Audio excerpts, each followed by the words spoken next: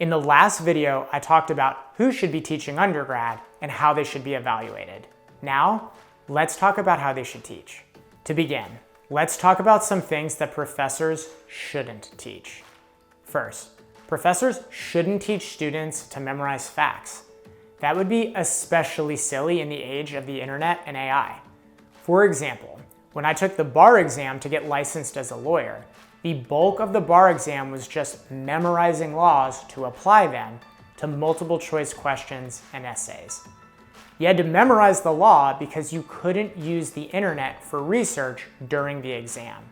This makes no sense because in the real world, lawyers who are faced with legal questions research the law to learn about it before applying it.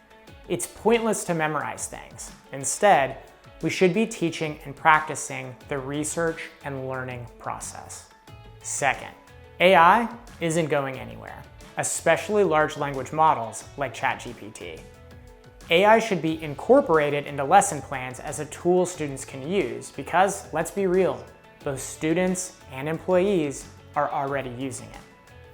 So professors should not ban the use of AI for classwork.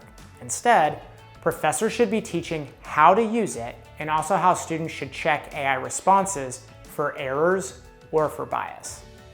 Professors shouldn't be afraid that AI will kill critical thinking skills because students still have to think critically to generate successful question prompts for the AI. So how should professors be teaching?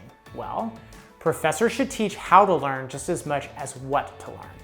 For example, professors should be focusing on teaching things like how to ask questions, how to find information, how to brainstorm options for a problem, how to pick the best option, and how to provide evidence and support for the option you chose.